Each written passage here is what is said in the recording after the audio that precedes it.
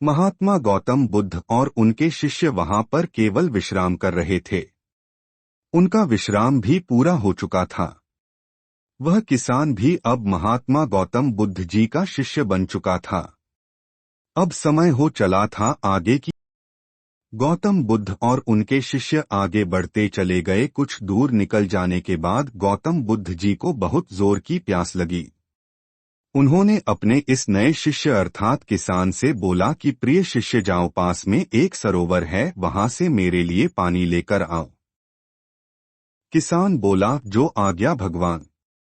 किसान सरोवर की तरफ चल दिया।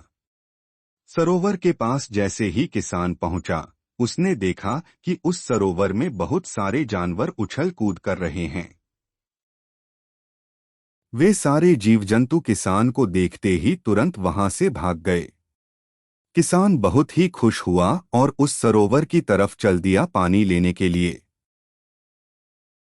परंतु जैसे ही किसान सरोवर के पानी के तरफ हाथ बढ़ाया, उसने देखा कि पानी बहुत ही ज्यादा गंदा था। किसान निराश होकर वापस गौतम बुद्ध जी के पास आ गया। गौतम बुद्ध जी ने उससे पूछा, पानी कहाँ है?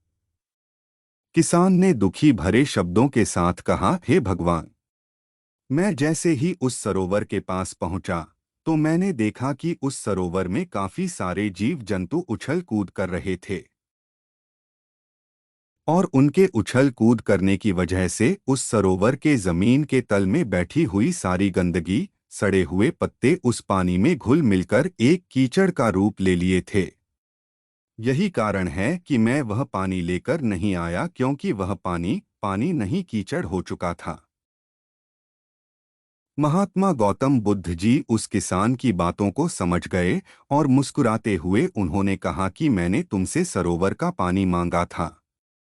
मैंने यह नहीं कहा था कि पानी अगर गंदा हो तो पानी लेकर मत आना।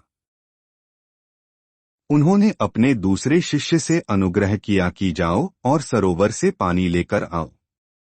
उनका दूसरा शिष्य निकल पड़ा पानी को लाने के लिए और कुछ देर पश्चात वह पानी लेकर वापस आ गया। आश्चर्य की बात तो यह थी कि दूसरे शिष्य द्वारा लाया हुआ पानी बिल्कुल साफ था। और उससे भी बड़ी असमंजस की बात यह थी कि सारे के सारे शिष्य बड़े ही आश्चर्यचकित हो गए कि यह करिश्मा कैसे हो सकता है। महात्मा गौतम बुद्ध जी ने सारे शिष्यों को यह बताया कि जब सारे जीव जंतु उस पानी में उछल कूद कर रहे थे, तब उस दौरान उस सरोवर के पानी के तल में बैठी हुई सारी गंदगी, सड़े गले हुए पत्ते सब घुल मिलकर कीचड़ रूपी पानी का रूप ले लिए थे। परंतु जितने समय में प्रथम शिष्य किसान वापस आया और दूसरा शिष्य वापस गया, उतने समय में उन जीव जंतुओं के भाग जाने के पश्चात उस सरोवर का पानी धीरे धीरे शांत हो गया था। और जैसे जैसे सरोवर का पानी शांत होता गया, उस सरोवर के कीचड़ रूपी पानी में खुली हुई सारी सड़ी गली पत्तियां और मिट्टी धीरे धीरे शांत होकर उस सरोवर के तल में जाकर बैठ गए, जिससे उस सरोवर का पानी शांत होकर साफ हो गया तथा सारे गले हुए सड़े हुए पत्तियां भी शांत होकर आराम से उस सरोवर के तल में जाकर बैठ गए थे।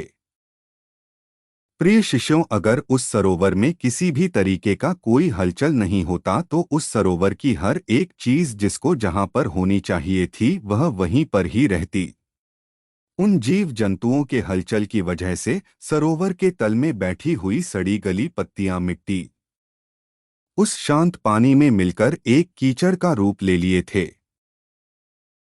ठीक इसी प्रकार से हर एक व्यक्ति के जीवन में तरह तरह की समस्याएं, परेशानियां और कठिनाइयां आती हैं, जिसके वजह से हमारे मन में हलचल सी मच जाती है।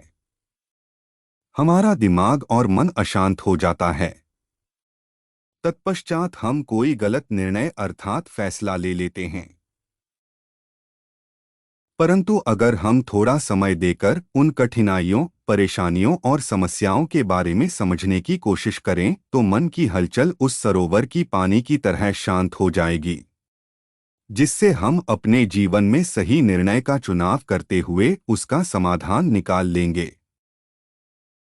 किसान को महात्मा गौतम बुद्ध जी की सारी बातें बिल्कुल साफ साफ समझ में आ गई।